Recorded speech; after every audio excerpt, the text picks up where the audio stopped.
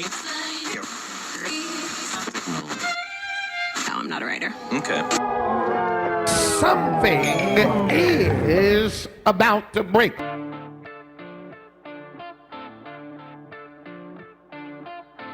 Hey everybody, welcome back to the About to Break podcast. I'm your host, Taylor Hughes, and I am joined today virtually.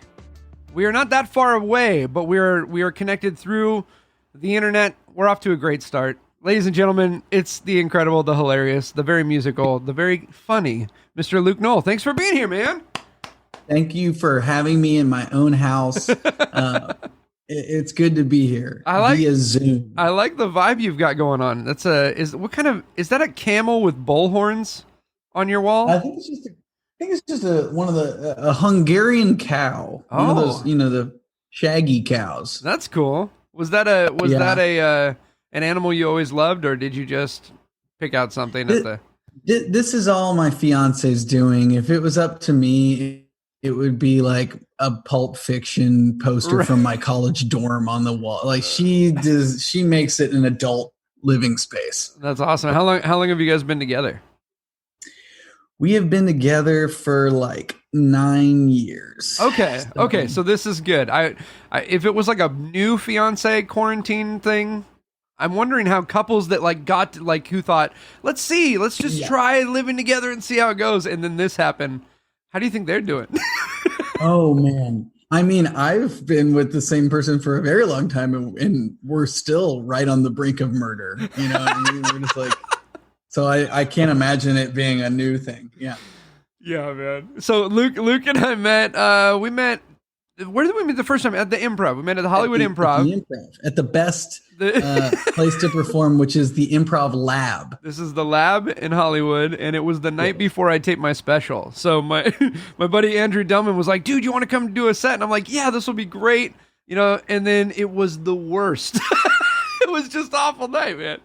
I remember you going up and really enjoying your set, but at the same time being like, I got to tell him after he gets off stage, like, this room, there's something about this room. It's just, you're really working up there. You're like wringing out the sweat rag. I feel like any fun out of it. I feel like a lot of clubs have like a killer room that they designed for comedy.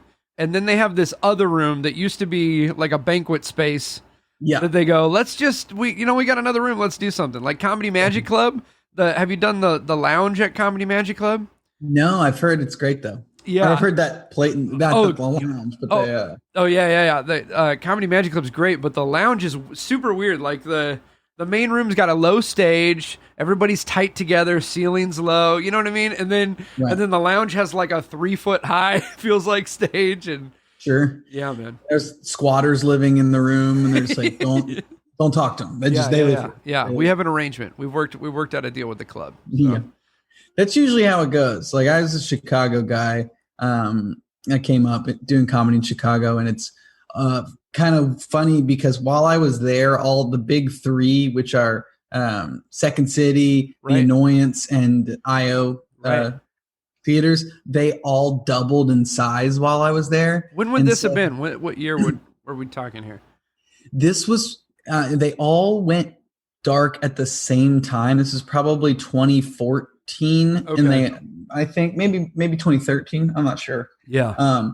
That they all doubled in sizes, and all of them added an extra stage that fits these descriptions. Where it's just like, let's just jam in let's call this a theater. Yeah.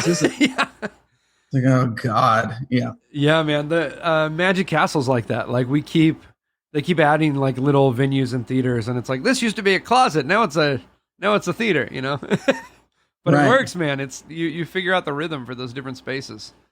Wait, were you telling me that there's a space where it's like there's like 5 people that you do like up close magic? Yeah, stuff so the close up room, and actually it's more than that. It seats like 20 people. I think it's 22 people.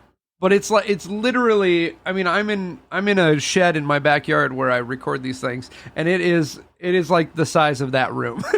It's crazy, man. They just kind of pack everyone in, but it's a cool vibe. I'm sure it actually, there's certain things I'm sure that work better like that. Yeah. Yeah. Have you done any? Because we've done shows at Dynasty together. Have you done any of their shows where they put a theater in the green room?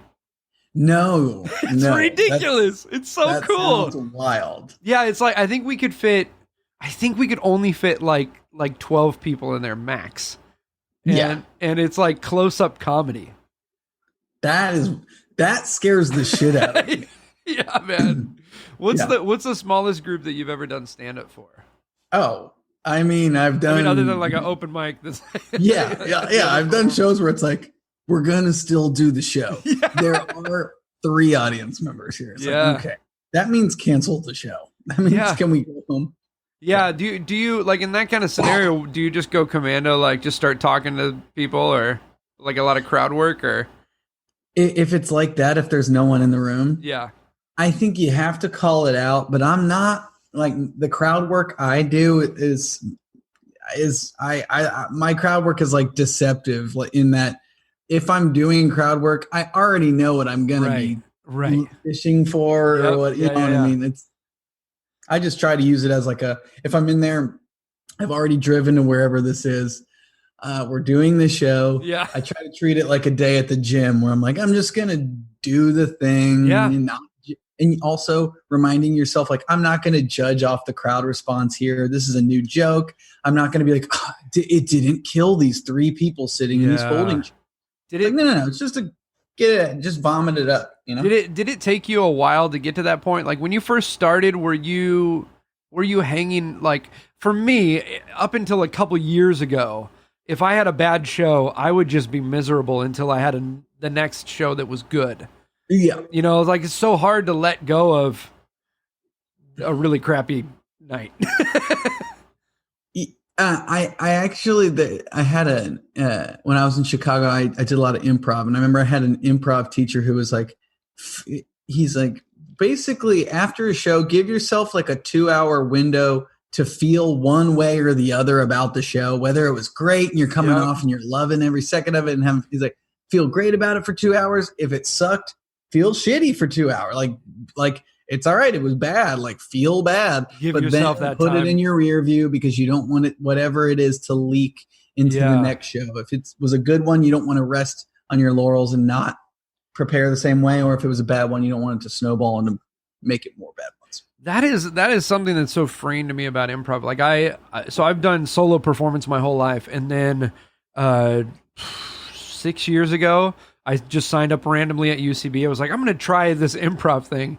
And dude, it scared the crap out of me. Like there's nothing. The Wild West. Yeah, there is nothing more terrifying and freeing to just be like, we're going to do a thing and it's never going to exist again. You know what I mean? Yes. If it's the best show we've ever had, never going to happen again. If it's the worst show, never going to happen again. So I think that's something that comes from improv that you don't see too often. You know, it's very like momentary. Improv does get a bad rap because of that. Oh, really? Like the stakes aren't high or what? No, because I think there's something about the you had to be there-ness of it, and that it's hard to be like, I don't know, like I love stand-up. I do stand-up all the time. I'm constantly working on it. It's my living, so I love it. But the best shows I've ever seen live are improv shows. The times when I've walked out and been like changed and been like, how that my face hurts from laughing, have been improv things. But I will say, on average, if you walk in and see an improv show anywhere in the United States or a stand-up show, I think the bar is, there's a chance that improv is going to be worse. Oh yeah, but man. When it's good, it's better than the best stand-up. Absolutely, and I feel that way. Like with, I don't feel like that magic is better than stand-up. I don't feel that way. But what I'm saying is, like with magic, it's that same thing. Like if you see great magic, it's like this whole, it takes you to a different place. You're like, all of a sudden it's Christmas morning and anything's possible, and you know there is wonder. And if you see a bad magic act, you want to shove a pencil in your ear. Like there is the drastic difference between what's good and what's bad is huge. Now, I feel like when I'm watching comedy, especially if I'm at a show and I'm still ready to go up, and I'm like watching someone from the wings or something. Yeah. I really try to enjoy what I'm seeing, but it's hard to not look behind the curtain and be like, I see the movie did there. Right. Oh, look what she did. This is a call. She's setting up this call. Like, I can't not see the moves. Yeah. Are you like that with magic? Is there the times where you're like, where you can't help but look for the moves instead of just enjoying the... I mean, I think for me, it's kind of rare. Like, I feel like this is a gift that I have, a gift just for me. But like, I'm able to totally just flip a switch and be a spectator. But Nice. Then after the fact, like I could, if I'm going to watch a magic show, I could literally just be like, okay, I'm going to enjoy this. Like I've never seen magic. Yeah. And because then you don't want to sit there the whole time being like, well, I have an idea how he did it. Yeah. Right. And then afterward, I can go back and analyze it. But I mean, you're a musician. I always explain magic to people like playing guitar. Like if you play guitar and you're proficient at playing guitar, and you see another guitarist, what they're doing. The chords they're playing. Yeah, you're not thinking about the scales or the chords because you know that, but you can still be amazed. Like, I can't believe they pulled that off, or how did she do that? Like, you just, it's just one of those things. Last night, man, we were talking about improv. I last night could not sleep, and I turned on Middle Ditch and Schwartz. How is it? I haven't seen it. Dude, it's freaking amazing. It's really, like, I was nervous when I was like, improv on Netflix. I've never seen, nobody's done it like that, Yeah, it doesn't usually translate. Yeah, long form improv. But dude, it was fantastic. Love it. Those guys are great. I've only watched, I guess they have 3 of them on there. I just watched the first one, but it was really, really good. So I gotta watch it. Yeah. Those guys are both hilarious. Do you try to not consume as much of what other people are doing? You know what I mean? Like, I don't actively avoid it, but I think I passively am. It's just hard for me to be like, what I want to watch is this thing I think about all the time. Yeah, it's not an escape. It's not like, it's not usually, like for me, I don't do improv all the time. So like watching that was great. But like, yeah, I don't watch magic shows to relax. Yeah, I guess that's part of it. Is like I'll watch my favorites whenever they release a special or something. It's hard to... because I think you do need to be aware of what's going on and what people are doing, but there's so much. There's so crazy, much. Man. It's crazy. It's interesting right now. Like there's not, I wonder what this is going to be like coming out of this, because nothing's getting filmed right now. Like there's not, I mean, are we going to have a lull, or are people just going to come out guns blazing with like, no, I think they are just filming shit right now. Oh, really?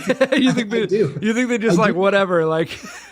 Yeah. It's got to happen. Because it's like you see all these COVID-19 like commercials for every single company. And you're like, how did they make that? Still filming. Yeah. They're still shooting. Yeah. They don't give a shit. Yeah. It was crazy to me. I saw Ryan Tedder posted his song like 6 weeks ago or whatever, like that. What is the song? The Better Days song. Have you heard that? It's in like every commercial. So he posts on Instagram, we wrote this song and we recorded it during COVID and we're releasing it. I'm like, this just became a thing like 2 days ago. He puts out the song. I turn on the TV that day and it's in like a Dodge Ram commercial. Yeah. Like, dang, man. They don't wait long. Strong hustle game. Dude, you're looking faded up. How have you got a haircut? My wife cut my hair with the dog clippers. There you go. I'm a shaggy dog, dude. Like I need a haircut. I mean, mine's kind of it's a cheat one, man, because the sides are just short and the top I haven't done anything, but it'll get bad. How long do you usually go without a haircut? This is good content right here. Yeah. Me? Yeah. I feel like during my time at SNL, they kind of were like, you need to have, they were like, your hair is very thick. You need to cut your hair every 3 weeks. Yeah. And I was like, okay. So I usually do like 3-4 weeks, but probably like every month. Okay. I'm trying to not jump straight to asking you all the questions now about SNL. We'll get to that. I want to backtrack real quick because you said you went to Chicago and we're doing improv. Were you from Chicago originally? Where's home? No, I'm from Cincinnati. So I grew up in Ohio, grew up in Cincinnati in the burbs and the northern burbs. Nice. And went to college at Ohio University. So not Ohio State, but the other one. But the other one. Okay. And when you went to school, did you know you wanted to do comedy, or what were you thinking? When I went to school, I remembered telling my parents, I was like, I want to get like a theater degree. And my parents helped me pay for half of my school. Okay. And so they were like, no. What is their brand? Like, what do they do? My mom is a special ed teacher and my dad is a groundskeeper for a school. Okay.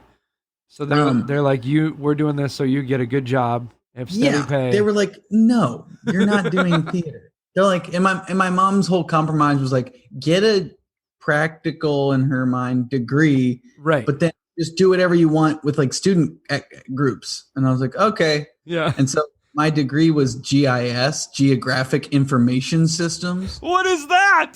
It's I don't even know what that is. Computer-based mapping, baby. Like cartography. That's amazing. Yeah. I my bachelor's is organizational leadership. So there you go. Not using that every day. My GIS degree ended up being way more useless than what I'm doing with my life. You know what I mean? Like, but I ended up doing the student theater at my school had an improv team. Yeah. And I remember I was like 18, I was like, oh yeah, I'll audition for this too.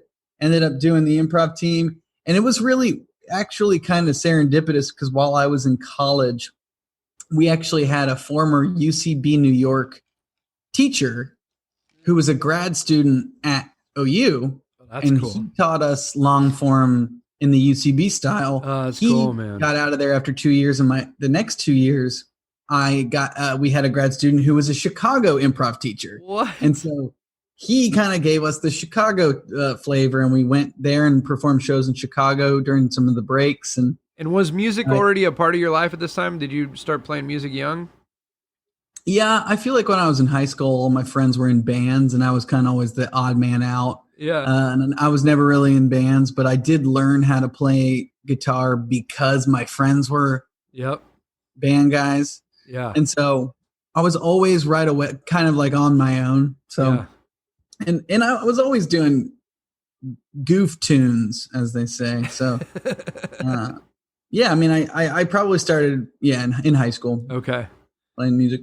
So you're in college, you're getting your GIS degree, and you're gonna start doing improv. When was the point where you were like, oh, I think I'm gonna start doing shows and stuff? Did that just friends at school start putting things on, or?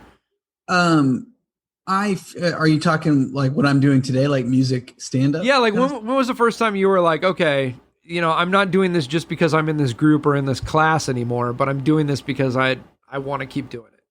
Yeah, I mean, I was doing so much improv in college, and it's very stupid. Everyone thinks that their team is good and stuff, but like we had a great group of people that were there, and we ended up getting a lot of notoriety in the school and like becoming pretty popular, at least for the few years I was there. It was a thing. I mean, it was cool to be like a big fish in a small pond walking around campus, and people aren't know me from my friggin' improv team. That's so cool. Yeah, I mean, and then I was dipping my toe in stand up too during college, but really I realized while I was there that's what I cared about, and that's what I wanted to pour my time and energy into. Yeah. So I moved immediately to Chicago, and then you just get your teeth kicked in. You know what I mean? You're just like you go from. Wait, what'd you do? Did you just show up to like a club and just be like, "Here I am, Chicago"? Like what? That's kind of how you have to do. I mean, in Chicago, it's kind of set up to be the pyramid scheme, so you kind of have to take their classes. Take the classes, perform at a lot. Trade it for stage time. That's the best part of Chicago is there's so much opportunity to perform and so much stage time just right for the picking. If you show up and you are a halfway decent person, most of the places will give you a chance. Yeah. And that's cool, man. So you're doing stand up and music and improv. And when like how long were you doing this before SNL came into the picture? So I started doing it when I was 18, but I won't count the college stuff. So I moved to Chicago in 2012 when I graduated. Yeah. And I was there 5 years almost to the day. Okay. For SNL. So I was in Chicago for 5 years doing improv and stand-up. And did you submit? Like, how did that come about? Were you at a showcase? What was the whole? Tell me the story. Yeah. they every single year they will make their rounds. They go to Chicago, LA, and New York, and they will see people, right? Yeah. But when they stop in Chicago once every summer, usually in August, they will come and they'll see the Second City shows.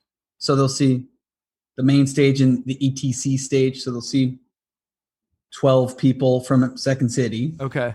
And then they will come to IO Theater, the Improv Olympic, run by Sharna Halpern, and she will put up 15 to 20 people to each do 5 minutes of material. Okay. So, and she carves out basically like leading up to that August random date. She never really knows until like a few days before when they're coming. Yeah.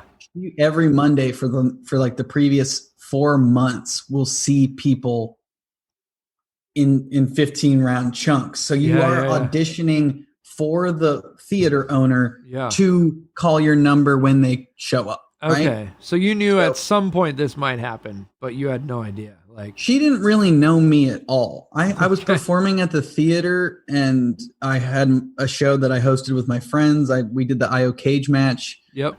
And I was on a Herald team. I was doing everything. I was active at IO, but she ended up seeing me at one of the showcases that was just for her. Then she called my number. Yeah. When they came, and I actually auditioned for them twice. So I auditioned for them in 2016, the year that Alex Moffat, and Mikey Day were hired, and Alex Moffat was hired out of IO in the same audition group that I was in. So I got to see someone get it, and I was like, oh my God, this is real. Like, this isn't just some, story you hear about someone was at the grocery store and got discovered. Like, this is where things happen. Exactly. And at the same time, when the following year when they came back and she put me in again, I was like, they just hired Mikey Day and Alex Moffat. They had just hired a bunch of white guys. They do not need another white guy. And so I did a very like non-traditional audition for them. I did one bit that was like a crowd work bit. Really? Yeah. And then I ended it with like a little snippet of a song. Was this the same people that saw you last time? Like the same group? You know what I mean? Like, for the most part, yeah. It was the same. There might have been a few, because they'll always send out some producers and a couple writers. Yeah. So sometimes the writers change. Like I think this time some of the writers or some of the producers were the same, but some of the writers were different. Okay. So were you had already made up your mind, this is not happening. I'm just gonna go through with it because I want to. It's one of those things where once you know, because you're playing to a packed house of your friends and family and the other people who are going up's friends and family. So they're coming to a home game. Yeah. So the room couldn't be hotter. Everything you say kills because so they know that. Yeah. They know not to trust the crowd response. Yep. Right. Yeah. But I just knew that because of how important it is and how much everyone talks about it at the theater. I knew what to expect because I had already done it the year before. So I was like, you know what, this year I'm just going to do something a little different than everyone else is doing. Because everyone's trying to cram as much as they can into that 5 minutes. 3 different characters and here's an impression, Yeah. More than that. I mean, really? They're trying, everyone is trying to jam 10 things into 5 minutes when I'm like, I would rather have 2 like undeniable like home run balls. Yeah. And that's it. Yeah. You know what I mean? Because I'm a big believer in this. Not that I give good advice because I got fired after 1 season of SNL, but they didn't fire me. No. I did at least trick them for long enough to hire me. But I will say, everybody watching all these people I respect go up and do impressions. Yeah. Unless your impression is a 10 out of 10 or a 9 out of 10, it's going to hurt you. Yeah, because they've got to get to know you, right? Let me know this person and who they are and what they can do. It's one of those things too where people forget, like there's a balancing act with the impressions where it's like you have to be very good at it. Yeah. Or you have to be a total caricature that it's clear that you aren't really trying to nail it, but the material within the impression is really funny. Right. Like, you know what I mean? So it's one of those things where if you get up there and you do an Al Franken, Right. a 7 out of 10, that's going to hurt you.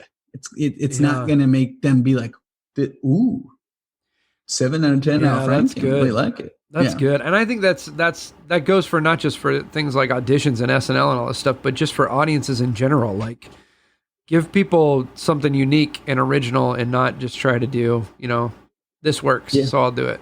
I didn't do any impressions. I did no impressions for them. Wow. Which is, again, who'd have thunk I was a bad fit for the show?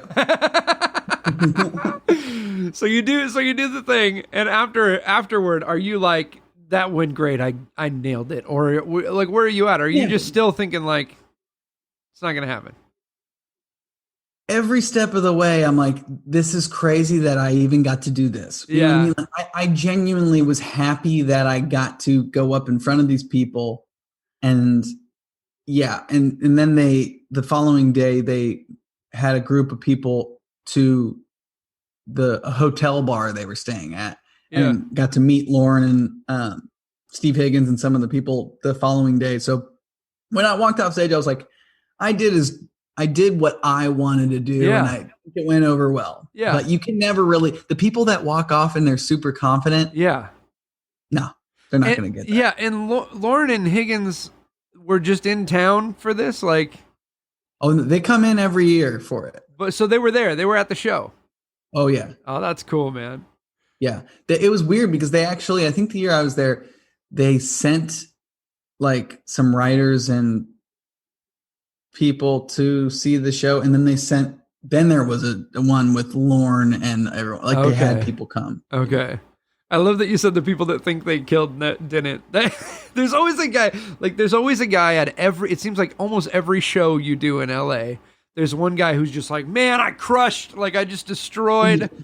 And I think it's a defense mechanism. I'm not that guy, but I understand a lot of the times you're coming off stage, you're just trying to pump yourself up for the inevitable second guessing that you're going to do. Like, did that work? You know? Yeah. But I have a habit of being closer to the other side where I'm like, I just fucking bombed and I did fine. Yeah. There's those times where you're just like, oh, that was the worst ever. And then if you have like footage or you're listening back to it and you're like, oh, it wasn't that bad. No. Yeah. It's a weird disconnect sometimes, I try to do a litmus test up top. I try to like do a joke that I know works. Oh, that's good. So you're like, if this doesn't work, it's.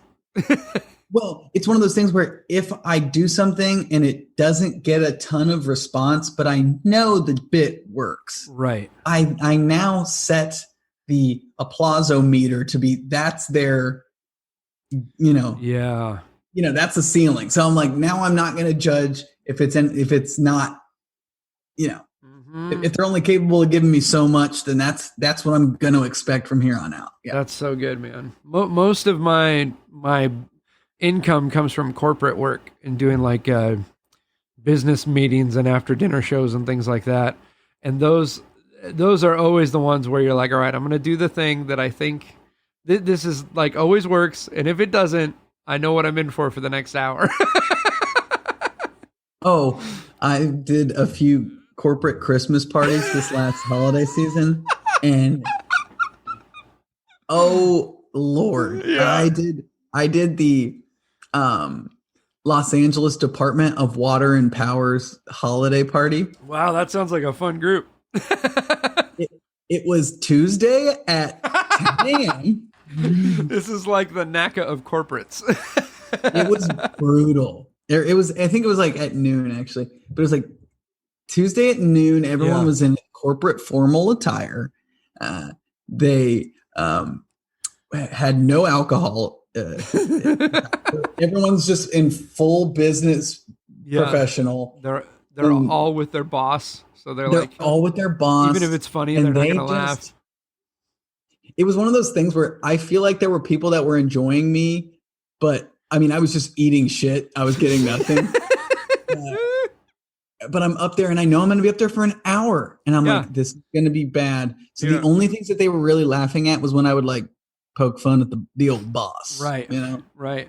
But other than that, it felt like people were like handcuffed to a radiator and told not to laugh. There were people like fighting. Whatever you do, we got your mom in the other room. If you ever want to see her again, don't give this guy anything. I was like, all right, you guys, this is going to be fun. So after about 15 minutes of me really trying to be corporate clean and trying to play by the rules, I'm like, if you guys are hating this, me trying to play by the rules, I'm like, I'm just going to do whatever I fucking want. And how did that go? Like, did some of them come along with you, or? No, it was worse. No, it was brutal, but at least I liked it. Yeah. You're like, this if I is get for up me. there and I'm doing my vaudeville act and they're hating it and they're, if I'm trying to be squeaky clean for them and they're hating that, then I'm gonna just do like I said, I'm now at the gym. I'm now alone at my house rehearsing. Right. So I might as well just they're paying. They've already paid me. Yeah, you're like, the check's already in the bank. I've already spent this money. That's the worst. If you get a check ahead of time for a show you don't want to do, and then you have to do the show, and you're like, oh, I already spent this money. I love those kinds of shows because it frees you from. Because then you're like, from caring about the response. Not that I'm saying I'm not trying to go do my best. Right. But if it's not going my way, I can't be hurt. Yeah. I've already been paid. Yeah. In fact, I'll say that to them. Yeah. You're like, look, they've already paid me for this. You can't hurt me. There's nothing you can do to me. No. So I'm fascinated, man. You do this showcase. The next day you're having drinks at the hotel bar. Mm. You're there with Lauren and Higgins and all these guys. Mm-hmm. And then when, like, everyone who I've talked to about, like, getting hired at SNL, there's no, like, it's not like, all right, here's some paperwork and here you are. Like, it's a very weird, like, you just assume at some point you're on the show. Like, how did it go for you? Well, after that drinks, we went out for drinks as a group afterwards, and we're just like dissecting our conversations with Lauren and these people. And then I again, every rung on the ladder, I was like, well, this is where this story ends. And it's crazy I even got to meet this man. You know what I mean? Like, this is crazy I made it to this point. Which is such a good attitude, man, because so many times we're just trying to get to the next place that we're not enjoying the place that we're actually in. So to be able to celebrate it, that's huge. It definitely during the process, I felt like that's how it was. Yeah. Yeah. But then once you get it, everything changes. Yeah. And then it's hard to enjoy it. But they flew, I think, almost all of us out. Because it's really, when you're meeting Lauren, he's just trying to freeze you out, right? He's a nice queen. He's trying to make you wriggle in your seat, and he wants to stress test you a little bit. So then they flew me and most of that Chicago group out to New York to do the screen test in New York, right? So then you go from playing the home game that's a packed crowd of, now you're in like an empty studio, everything up to nothing. Yeah. Yeah. And are you in the actual studio when you're doing this, or are you somewhere else? Yep. You are on the host stage. You are doing the, and are you audition. Are you like just geeking out at this point, or are you able to like get up there and you're not doing the, hey, this is the thing that you watched since you were a kid? Exactly. Yeah. It is.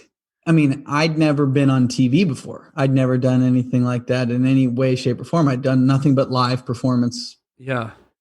Forever, right? So you're sitting in all day. You're sitting like cloistered off in one of the cast members' dressing rooms. So I was in A.D. Bryant's dressing room all day, just sitting on her couch, trying not to touch anything, going over my set. And the other thing that was a little funny is we were all, Sharna, who was the IO theater owner, sent us an email and was like, okay, they want you guys to go to New York. Everyone that's on this email, every one of you guys can do exactly the same 5 minutes that they saw you do here, except Luke. They want you to write an all new 5 minutes. What?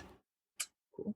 Very cool. Very cool. What? So I was. Why do you shitting- think that was? Was that just to put pressure on you, or? Looking back on in the moment, I felt like the last place horse, and I felt very stressed out and like I wasn't doing good stuff. But in reality, they wanted to see more material from me, especially because the two things I did, one of them was a crowd work bit. Right. And so they wanted to see more things from me, which actually looked like hindsight. It means they really liked me and they wanted to see additional material, which is nice. But so I showed up, I had like 2 days and I wrote an all new 5. I ran around town. I practiced my 5 minutes for the theater owner of The Annoyance, Mick Napier, who I love and is one of the best improv and comedy minds alive today. He's just the best. Yeah. His book Improvise. It's a very short little book. It's the book you need to read if you think you ever want to do any improv. It's the best. But I did my 5 for him. He gave me a great. He can diagnose anybody. He's like Dr. House with comedy. He's like, cut this down, get rid of this bit, make this one first, put this one that. And he gave me great advice. Went to SNL, did my stuff. You're up there on the host stage. It's ice cold. And there's just like how many people in the room other than? I mean, you get walked in to where you don't really see who's in the room. They walk you underneath the bleachers and out onto the stage. And then the lights are so bright you can't. You know, it's just one camera sitting in front of you, all the lights, empty house, right? So it's very vacuous in there, but you can just kind of feel the presence of like backlit, like Deal or No Deal bankers in the back. You know what I mean? There's just silhouettes in the back. You don't know how many people are there, but it's probably somewhere like 10 to 12. Okay. They purposefully don't give you anything. So they're making you do this into nothing. But any response. What do you mean they don't give you any? Like they don't react. They purposefully do not laugh. Yeah. You're just into a chasm, a deep void of nothing. You are throwing it out into nothing. Yeah. And so when I went up, I did a few characters. I did a little bit of a song. I did some, I think that was like right when the eclipse happened too. Okay. And I did like a current event. I did like a little character just based on the eclipse. I did some eclipse type character. So I was just showing them like, hey, I can write in the week, right? So that was what I was trying to convey. And so you do a bit and there's no reaction. Are you just like, oh, this feels like I got like there? I did one bit where I got like, huh. And I remembered at the time too, because I remember peeing like 40 times before I went. I was just so. Can you imagine? Nervous. Sorry guys, I gotta pee. I'll be back. I was shitting bricks. I was so scared. But then, you know, once I was done, I walked off stage and I was like, you know what? I got them to laugh that one time. Yeah. It's crazy that I made it this far. What a story for my grandkids someday that I got to even be up on this stage and do this. And so went out and hung out with a bunch of, of Chicago friends afterwards. And then we all fly home the next day. A few weeks go by and they call me up again. And it's me and 2 Chicago improvisers that I respect a ton. They're going to fly 3 of us back out again. And they send another thing, all new 5 again. Right. What? Yeah. And so I had just done that. Yeah. Right. Yeah. So I was like, all right, let's do 5 more. The other 2 guys, that made them shit their pants. They're just dying, but you're just like, what? I've already done this. I just did this a few weeks ago, so I'm going to do it again. And they said to me specifically, they were like, any impressions, any political, and I went, okay, that's what they want to see from me. When you went home, how long from when you went home till you heard you were going back? Like 2 weeks. So for 2 weeks, you hear nothing. For 2 weeks, I just was like, man, what a crazy experience. Crazy story, man. I'm gonna tell this at parties for the rest of my life. Exactly. The time I auditioned for SNL. Okay. Now I tell this story. But they flew us back out. Yeah.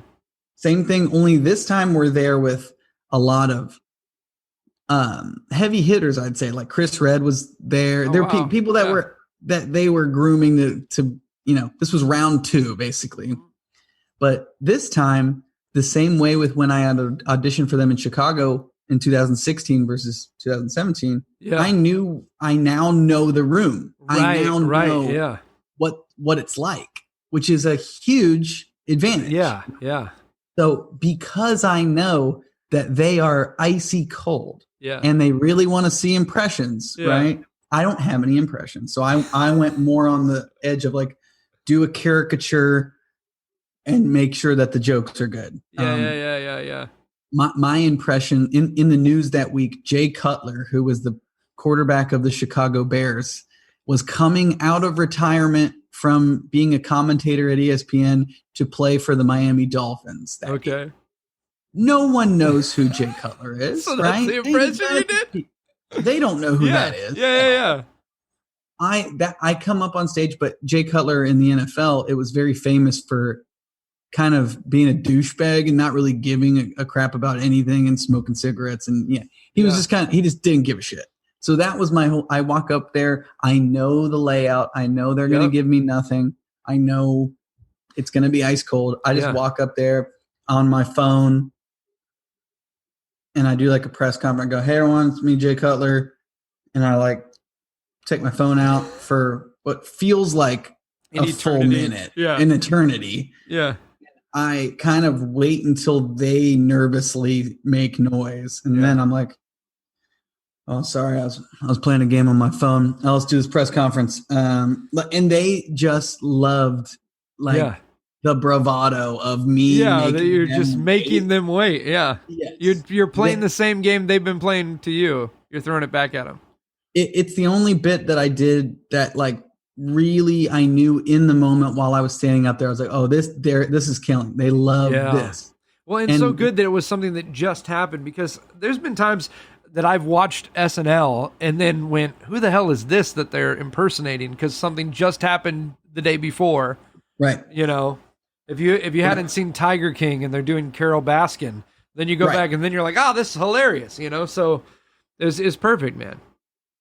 It ended up, I walked off stage, and again, even then, I was like, I felt really, dude, I was like, I didn't get it. Where did this like cool, calm, like that was a great experience if it doesn't go any further? Like that is so contrary to like how so many of us run our life. You know what I mean? Like, have you always been pretty chill like that, where it's just like, if I get it, I get it. If I don't, I don't?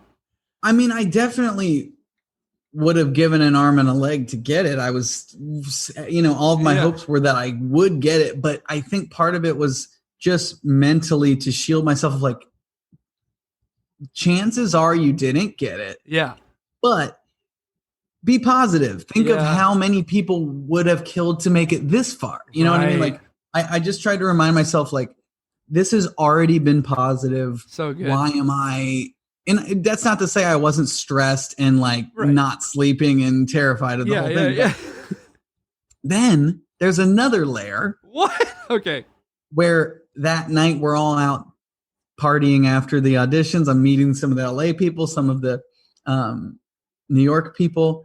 And they call me on the phone, and they're calling certain people to stay for the next day for meetings. Okay. So I was like, so I got this call, and I was like, so did you already have a flight home, or were like? So they set you up with the flight home. Okay, gotcha. Okay. But I was like, when they called me, I was like, oh my God, I'm staying for meetings. I better not have another drink. yeah, exactly. I was like, but I didn't want to say it in front of my friends, because I was like, right, this is going to hurt my friends' feelings. Right. And the next day, I'm walking into 30 Rock with my chest puffed out and in my jean jacket or whatever the hell I was doing. But I'm walking in like, oh my God, I got it. Yeah. And then I get in there And it's basically everyone from the day before sitting on the couch. Everybody was doing the same thing. Like, I'm not going to say anything because I don't want.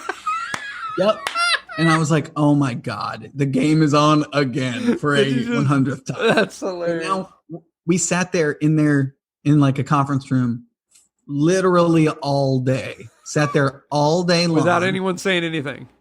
One by one, they would kind of take us off, and you met one by one every producer, all of the head writers, you're meeting everyone one-on-one and talking with everyone, and everyone is going in and talking to Lauren, and I'm sitting around and waiting and waiting and waiting and waiting, and at the very end of the day, I've now been there all day long. I've been in this conference room all day long.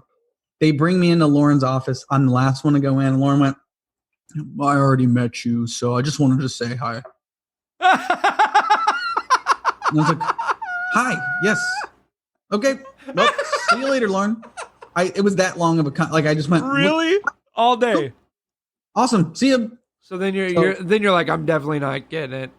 Definitely not getting it. Now, there's a story where I remember getting that call, and I remember coming back from my meetings that were all day. It was like the early evening. Yeah. And I saw Heidi Gardner, who's on the show now. Yeah. I love her. She's the funniest. She's the best. Yeah. She was coming down the elevator. She was in the lobby of the hotel. Yeah. And I was like, oh, she must be going to her meetings now. Okay. And so I said to her, as I'm getting in, like I'm walking past her and I'm getting in the elevator, I went, oh, I just got back from my meetings over there. Are you going to your meetings right now? And she was like, what meetings?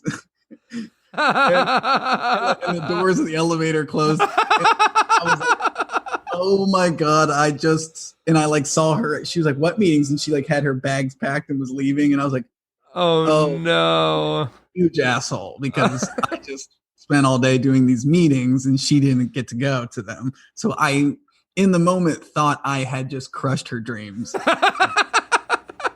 But they didn't end up needing to meet her. They were like, she's a shoo-in. She's awesome. Oh my gosh, man. So then, so after this, you go home. You go home after this, or you're still in New York? So I go home after all of that, and I'd never been to New York before these auditions. So this was the first. Never been to New York. Never shot stuff in front of camera. Nope, never been on camera. I am going home, and I remember going and working I worked at a tech startup in Chicago. I love those guys. They had my back every step of the way. They were really flexible with letting me go and take multiple days off to go audition for SNL in New York. Yeah. And then I get every step along the way, they were like, do we need to prepare for you to leave? Yeah. And every step I was like, no. But when I got back from that final audition, they asked me, they're like, should we make preparations for you not to be here? And I was like, yeah, I did. I think you should. And it was like in my head, I was like, still probably not. Right. But in the back of my mind, I was like, I don't know what else I could have done. Right. Yeah. Yeah. I was like, maybe I got it. Who knows? And then I got the call on Friday at 4:30. Weeks after that, probably 2 weeks after that, okay, I got the call, and I was at work. I stood up from my desk. I exited out of the Excel spreadsheet I was working on.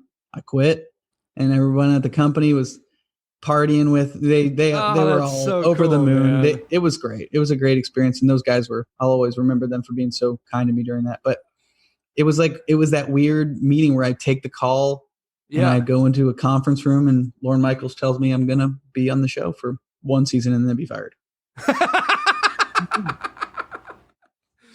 That's so crazy, man. So how long from the time when you got it to when you moved to New York? That was another crazy thing is I got the call on Friday. I lived in New York on Monday. What? Is that the way? Because I've heard that before, that they're very much like, okay, we need you here. It's stupid. It's bad. It's like a bad way like to the do idea things. that like you could have no other things in your life you need to wrap up. Yep. They're just like, and now you live in New York. Oh my gosh. Cool. So I And immediately. so this was 2-3 years ago. This was 2 seasons of SNL ago. So you're dating your now fiance at the time. in credit to her, as soon as I got it, she had to quit an amazing job at Groupon. She had an awesome job at Groupon. Yeah. To move to New York with me and also pack up all of our stuff because I was gone. Because you had to go. So I was in New York trying to find us an apartment in the week that you get before the show starts. And she was driving our stuff cross country from Chicago to New York. And do you know any details at this point? Or they're just like, come here on Monday.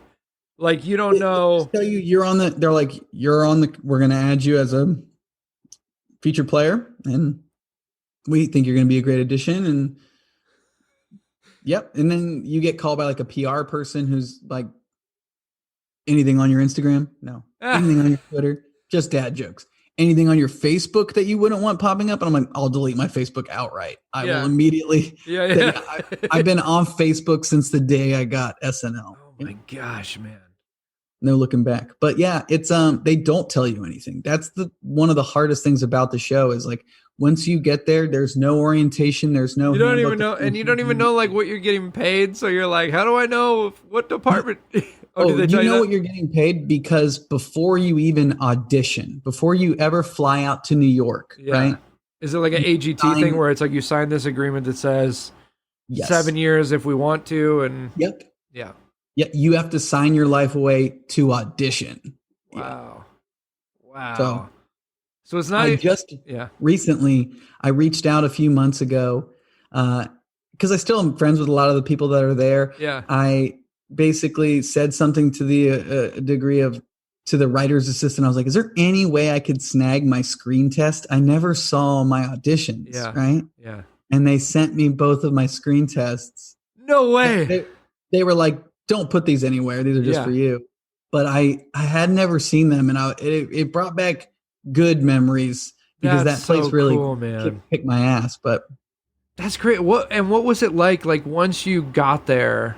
I mean, I don't want you to have to do a play-by-play, but like, was your experience the same that we hear, that it's just like insanity the way the place operates and works and the hours and all that?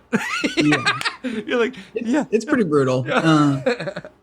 I mean, I came in and couldn't have been greener. I came in very naive, but also very hard on my sleeve. I came in looking to make friends. I came in looking to collaborate, and that's not the vibe. That is the wrong attitude to come in. Because everybody's trying to get screen time and get their sketch on, and it's dog eat dog. It is competition, but it also is one of those things where it goes in a cycle. So it depends on the day of the week. Because once the show has been picked, everyone's pretty friendly. Yeah. Well, once that week has been decided, there's no reason to be standoffish. But Monday through Wednesday, it's a fucking hard place to be. Yeah. It's brutal. When it came to an end, what was that vibe like? Where were you at that time? Were you enjoying it? Were you just, because I hear so many people, they talk about it afterward like it was this great experience, but while they're doing it, they're like, I was miserable. Like there's just no joy. No. People talk about it that way because they're afraid of the reach of Lorne Michaels and that he can snap his fingers and you'll never work again. He knows everybody. He pulls all the strings. He is the unseen force. He's the man behind the curtain. Exactly. So that's why people are really afraid to say anything critical of their time there unless they've like really put it in the rear view and they've achieved success elsewhere and they feel comfortable talking shit. I mean, I've not done shit since. I do live stuff mostly. So I'm, stand up. And I'm happy with that. But no, I mean, it was a rough year. I learned a lot and I met a lot of awesome people and I learned how to write for TV and I got to get on camera a little bit here and there. There were a few little victories during my year, but overall, they stomped me out like a cigarette. day one. I wasn't in the first episode, and I realized when you're there, it becomes clear right away that you are like the leper. And I was like, oh man, no one's putting me in anything. I didn't say anything or do, but that in the rear view now, I do try to look for the positives of it and the crazy, awesome experiences that I got to have while I was there. But it's all marred by you kind of getting treated like a piece of shit. You know? Yeah. Because it's crazy. All of the hair and makeup people, the remote taping, the pre-tape sketch teams, all of the crew, all of these guys are lifers, right? These are people who have been there forever, right? And so towards about the midpoint in the season, they've been there forever. They know what it looks like when somebody isn't coming back, right? Right. So then you start getting treated like shit by the costumers, by the hair, you just kind of start getting, because they're playing the game too. They're playing the game too. Yeah. That's crazy, man. It's shocking. This reminds me, I think we talked a little bit at Dynasty about my past experience with the church. It does seem a little bit like, like certain groups where you get in, it's like you're either with us or you're against us. Like the minute we can't get something out of you, sure. But I don't know. And that certainly is the case. But like I said, the further it's in my rear view, the more positive I think I'm able to take away from it. Because when you're in the moment, you are kind of trying every strategy you can to change your fortune. You're like, oh, I'm not in sketches this week. Oh, what if I did this or this? And the further out from it, the more peace you can have to be like, there's nothing I could have done or said. Yeah. I wouldn't have played it any differently. I was a perfect gentleman. Yeah. I was as friendly as I could have been. I took my lumps with a smile. I didn't lose my mind. I wasn't getting drunk and saying mean shit to people. I was just trying to take my lumps and thank them for it. That's so good, man. It had to be tough during that year too, because when you get something like SNL, I'm sure everybody back home and everybody in Chicago was like, he's made it. He's doing the thing. He's lucky him, that bastard doing everything and I'm doing nothing. That was one of the things that I think hurt the most about it, was that in Chicago, when I got the show, I wasn't the top dog in Chicago. That I was like, I went from single A baseball to the MLB. I wasn't the obvious pick that was going to get SNL. People, a lot of the older crew of Chicago up and comers, they didn't know who I was. They were like, who the fuck is this guy getting it? Right. So there was my friend group and my kind of class in Chicago, I think, was really supportive of me and really happy for me genuinely. Yeah. And because of that, it like really hurt, because I did feel like I was letting down some of my friend group or some of my age group and the people I came up with, just to be like, but you in the moment, you can't be like, yeah, guys, there's a lot behind the scenes that goes in, that you don't get to see. And like things getting cut at dress rehearsal, that's what hurts, when you're like, man, so close so many times and no one gets to see any of it. Yeah. Yeah. Wow, man. That's wild, dude. It was a wild year. Yeah. And then did you move straight from New York to LA then? Or did you go back to Chicago? I remember sitting in my apartment in New York, getting the call that I wasn't getting picked up for the following season. And while I'm on the phone, I did we're moving to LA. You knew already. You had already been having these conversations. And have you been talking with your fiance? Was she your fiance at the time or girlfriend? And she wasn't my fiance yet. We got engaged out in LA, but I had a pretty good idea that I wasn't coming back. Yeah. So we were mentally 1 foot out of New York already. Yeah. I didn't ever envision myself living in New York. I was like, the only job that I want in New York, I've got and subsequently lost. So let's get the fuck out of here. Go live somewhere nice. That's good. And when you probably in New York, you you probably didn't have much time. Is your schedule so crazy while you're there? Like, do you feel like you really lived in New York, or were you just living at 30 Rock? No, it is the latter. Yeah. I don't judge. I try not to judge New York, living in New York off the year I was there, because I was living in Hell's Kitchen in Manhattan. Yeah. I was basically sleeping at 30 Rock. Yeah. Yeah, my experience in living in New York, I won't judge the city off of it, because it was such a whirlwind of a year. Right, yeah, such a unique perspective. Yeah. So I imagine, though, if I had lived in Brooklyn, or if I had lived closer to where I knew more people, and I definitely got to do a decent amount of stand up while I lived in New York and while the show's going on. Yeah. But when the show is on, it's so demanding that it's hard to be like, all right, Thursday night, I'll go out and do some sets tonight. I'm like, I'm exhausted. I don't want to do anything. Yeah. Yeah. So you when you moved to LA, what's your first move other than like getting here? Were you just like, I'm gonna start doing stand up?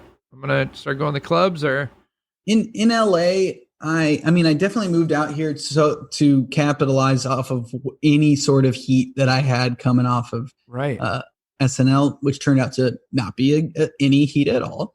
But no, I did a lot of. I immediately poured all of my energy into recording my album. I did when I got the call that I wasn't coming back, my agent also was like, "And you're out. We got you an album deal, so you are going to record." Oh, that's great. A stand-up album. So I got to nicely pivot my efforts into my live side and doing live gigs and trying to break in and make a living doing that. And I love it because you control it.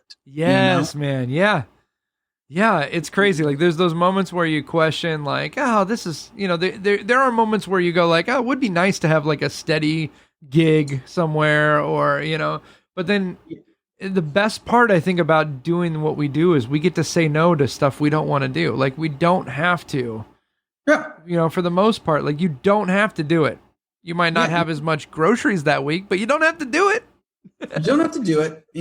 And even when you do it, you decide what's the meat of it is, what the content inside of what, it's my act. I wrote all of the comedy. So if I don't like it, it's something I wrote. Every bit gets on the show. You know what I mean? Exactly. I'm batting 1,000 with myself. That's so good, man. That's so good. Have you been mostly staying around LA, or are you traveling quite a bit too when we're able to travel? Well, I had a lot, I was traveling a decent amount, doing club gigs and doing live stand-up stuff, doing colleges, all that good stuff. But obviously the pandemic canceled all of those plans, which has been very fun. Been writing a decent amount, working on producing a script for a production studio right now with my writing partner, which has been really exciting and really fun, and a change of gear, because it's something that I don't know much about, but it's been a really fun process.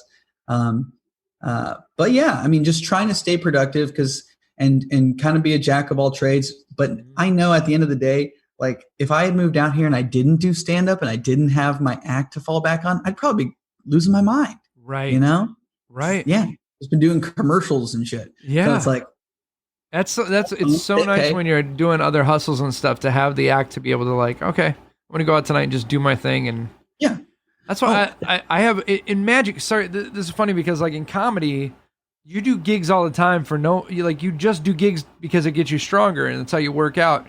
But magicians have this weird thing. Like, you could be a pretty crappy magician and make money doing birthday parties, like, right off the bat, So most magicians are like, I'm not leaving the house unless I make this amount of money.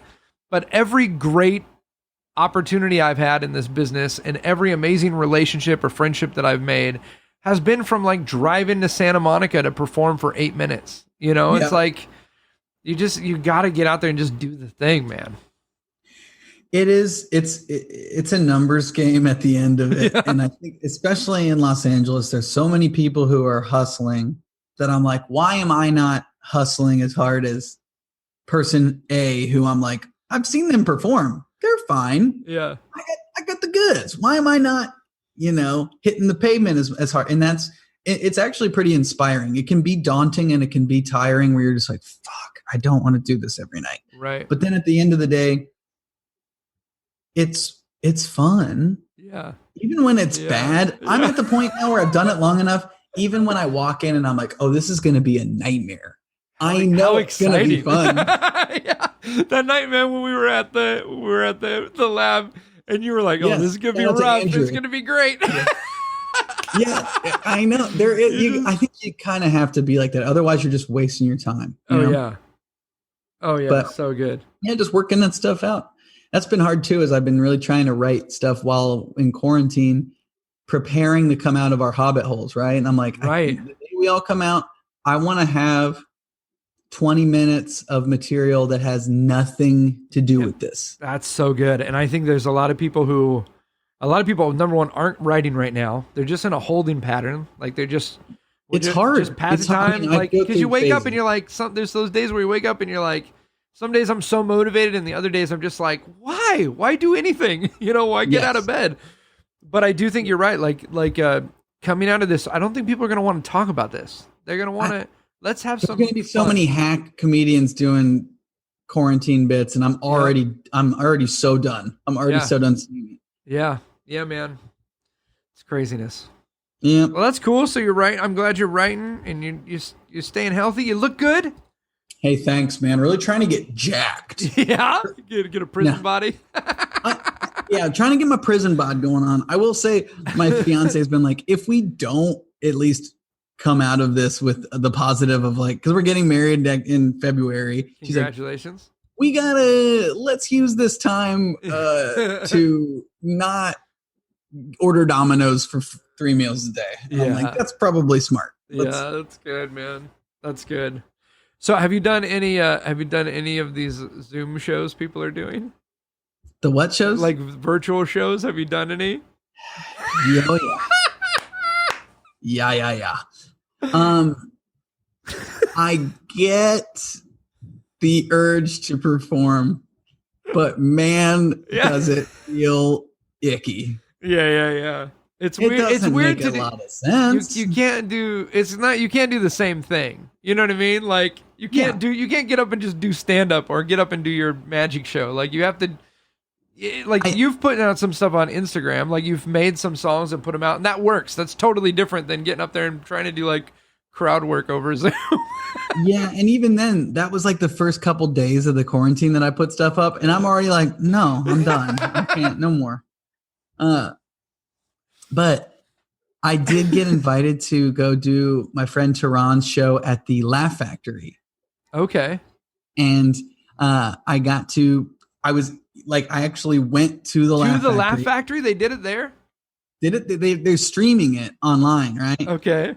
But it's weird because it's empty and it's just me on the stage at the Laugh Factory in an empty room doing 40 minutes of stand up.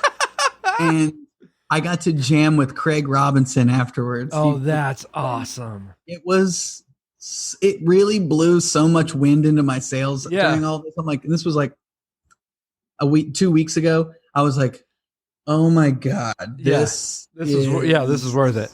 This will get me through another couple of weeks of quarantine. Yeah, exactly. Oh, it's so good, man. Buddy, I can't thank you enough for taking the time to have this conversation. Tell us your story. I'm so encouraged by your attitude of like just being present in the moment and grateful and appreciative for like whatever we get to do in this thing. Like if anything we've learned through all this nonsense, it's that we're not owed or guaranteed any next day of doing this. You know what I mean? Like the only guarantee is that it will be taken away at some point.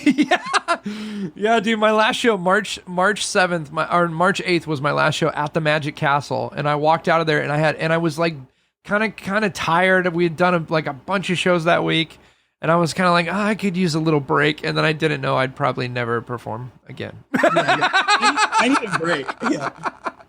Well, thank you for having me on, man. It's always a pleasure chatting with you, and I got to bother you for Magic Castle tickets. We'll do it, man. Here's what we'll do. When the castle opens back up, I'll hit you up. We'll do a double date. We'll just go out there. That would be awesome. Tell people where they can follow you, where they can hear your album and all that.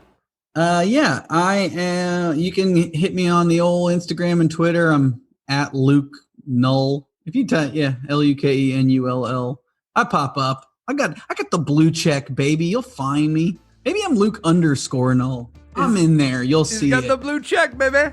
And then my album, if you just go to lukenull.com, it's streaming in all the different places. Spotify, iTunes, all that good stuff. Amazing, man. Amazing. Friends, go check out Luke. I'm going to kill this, but hang tight. We'll talk for just a second here. Sounds good.